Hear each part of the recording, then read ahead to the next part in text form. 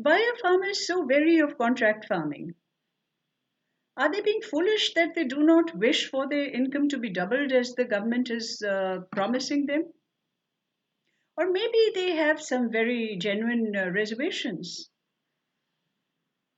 Unknown to many people, contract farming was in place in Punjab in the early 1990s with the entry of Pepsi Private Limited, who made contracts with farmers for tomatoes, for chilies, for peas, for potatoes. They later sold their concern to Hindustan Lever Limited, which is one of the greatest food processing industries in India. Now, surprisingly, as Punjabi farmers are I would say, forward moving and forward thinking, and they are also ready to take some risks, there were about 400 farmers who entered contracts with these companies. Now, let's see what happened. To begin with, they did see that there were better remunerations from these companies than what the minimum support price which was being offered to them for wheat and paddy. But slowly, the problems started cropping up. There were problems with drawing up of contracts, which were more in favor of the companies rather than the farmer. There were problems with delivery of produce, which took longer than they had thought about. There were problems in payments being made.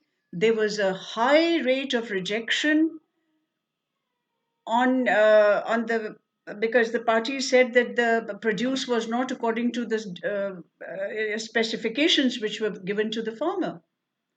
So then, very often, the farmers found that they were at the receiving end of all the damages. Uh, Farming produce is not something that you produce in the factory and that you can control the specifications to the T. Now, let me give you one specific example of how the farmers suffered. In 2002, Punjab Agro Corporation, along with some private companies, entered a contract with some farmers for maize, hoila, peas, etc. They also designated certain providers for quality seeds, fungicides, and pesticides to the farmer. What happened when harvesting took place? There was some there was some inclement weather, some bad weather. There was rain, and the crops were damaged badly. So very conveniently, PAC and the companies all refused to procure the crops. And the farmer was there to take on the entire damage of something on which he had no control. Peas, which were to be sold at a price of rupees 5 per kg, were sold in the open market at rupees 3 per kg, and the farmer made huge losses. Soon the farmers grew wise to this, that if the crop was as per specifications, it would be taken by the company. And if there was bad weather, if there was an insect attack, if the quality of seed and pesticide given to them was faulty, which very often they said was faulty, and the produce was not as good, the damages were all theirs. The risk was all theirs. And they realized that they would be at the receiving end for bad weather, for any other problem due to which affected the crop. So very soon they started discontinuing with contract farming.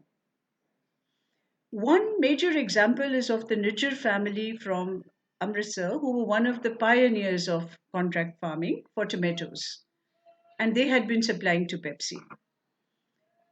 Now, mind you, they are big farmers, they're educated farmers, and they're very forward thinking farmers. But they were soon smart enough to realize that they were bearing all the damages. So they stepped out of contract farming and they started further giving smaller contracts to smaller farmers, taking the produce from them and supplying it further to the large corporates. Now, what would Modi call them to be? Bicholias. This reverse contracting started and new bicholias came into being. We need to learn some lessons from history, which is right there in front of us. Now we know why it failed. If the government is truly keen to give farmers another option of selling to the private companies, it will have to take care of all these fears, of all these damages which the farmer has been through earlier. It has to make them secure that the damages will not be all borne by them. The contracts will have to be fair. The implementation will have to be fair. Only then can you give them this offer. But here, if we are going to watch the interests of the corporate and not the farmer or the small farmer, contract farming is in no way going to be acceptable to the farmer who is now educated, smart, and who is aware of being forever being at the bad end and of always being uh, at the receiving end of all damages.